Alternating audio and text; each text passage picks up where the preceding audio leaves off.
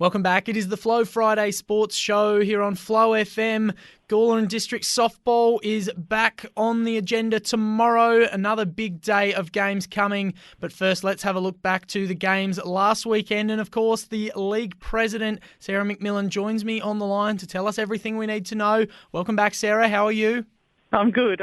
Thanks for having me. Always a pleasure to have you on the show. Before we get into the games, how is the update going on the new diamond? Must be nearly ready for action in the next couple of weeks.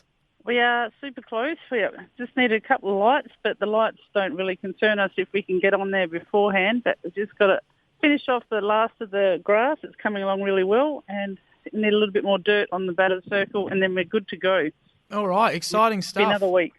Yeah, hopefully only a week away. Very exciting stuff. Always good to get to a brand new venue, especially when there's going to be fresh grass and all sorts of fresh facilities. So that is really exciting, and hopefully that will be good to go and get the green light for next weekend. But let's focus on, before we focus on tomorrow's games, let's cast our mind back to last Saturday and have a look at some results. And we'll start with the juniors, and a bit of a quirky situation here.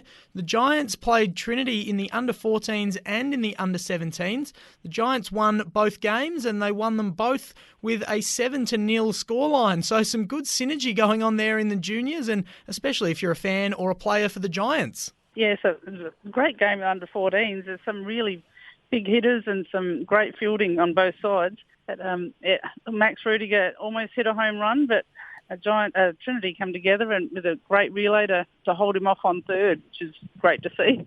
All right, very good. So, nevertheless, a base hit to get to third is pretty incredible. Yes, he's a fast little runner. Yeah. He's also a strong hitter.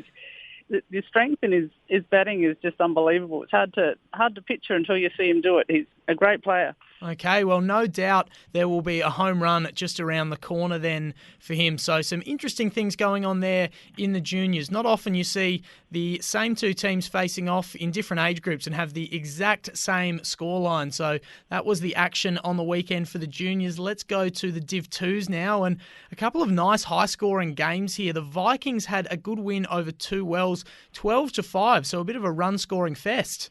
Yes, it was a little bit of got away from Two Wells at the beginning with Vikings getting a number of runs in straight up. And then they sort of got a hold of themselves and reined them back in a little bit. And then they were able to get a couple of runs themselves, and then Vikings holding them off and getting some quick outs. Yeah, overall, Vikings just dominated the game. But Two Wells weren't like a foldover, but Vikings did have rule most of the game. All right, very good win for the Vikings there. Not too often you'll score 12 runs and lose, and in this case they scored 12 and won somewhat convincingly with a 7-run win. And it was slightly less high scoring in our other game in Div 2. Kangas defeated the Blue Jays, and each team just one run off the pace compared to the game we just spoke about. This one was 11-4. Yes, this is a much more even game. It was like 4-all at the end of second innings, and then in the last innings, Kangas just got away and managed to get in 7 runs. It took them to their massive lead, and then got a quick 3 outs to finish off the game for Kangas, which is a little bit disappointing for Blue Jays, but yeah, I think it's end of the game vibes. They were done at time and they had to go overtime to finish it off and just didn't have it in them. Yeah, a little bit disappointing for the Blue Jays, but geez, for the Kangas, that is a sensational effort. We'll often see games where 7 is a good enough score to win. So for them to do that in the final innings, they have just gone absolutely gangbusters there. So it's dangerous to know that they've got that in them if you're playing against the Kangas. Yes, yeah, especially just to finish off when you don't see it coming, when you've held them off the whole game, and then to finish it off with a 7, it's a bit eye-opening, really, for the other teams. Absolutely is. So a good win for the Kangas and also for the Vikings in Div 2. And it was the same 2 wins, getting wins in Division 1 as well. So the Vikings really did a number on Two Wells in Div 1, 15-2. Yes, it's a little bit hard to take. Absolutely, yeah. They did have a number of real big hitters. That home run to Tracy Roberts, and another couple of other big hits, but didn't bring her home in the one run. She managed to get home on them, and they got in front really early. And then Two Wells made a bit of a comeback, and then Vikings shut that comeback right down and got them all out. And then but they couldn't get a number of runs in that next inning. But Two Wells couldn't get up over the top. Yeah, just managed to get in the 2 runs at just one each. It felt like there was a bit of a run to get a comeback, but no, it's just they couldn't get them round past that third base. Oh, there you go. Vikings saw the comeback and said absolutely not and put their foot on the gas. Right down. Yeah, so very, very convincing win in the end, 15-2. And the Kangas beat the Blue Jays 12-6. Yes, Kangas got their number one pitcher back from injury, so she's good to play, and she played very well indeed. she felt all the way back. Yeah, it was a big day for her, and that was Erin Muldoon's 400th game, and she played well in that game as well. Yeah, they got up to the 6 runs, but just didn't really cut it on all of the innings. I think it was just a little bit short on each innings. That's how that game ran. Okay, well, there we go. Well, in the 400 milestone game, did we see any home runs from the milestone player? No home runs as such, but yeah, great hitting, but just nothing absolutely spectacular, just spectacular. Oh, just regular spectacular. Well, yeah, we'll take that any day of the week over regular boring, I suppose. So that is great to hear. Let's have a look forward to tomorrow's slate of games. We'll start off in the juniors. Giants coming off a couple of big wins, both in the 14s and the 17s, as we discussed.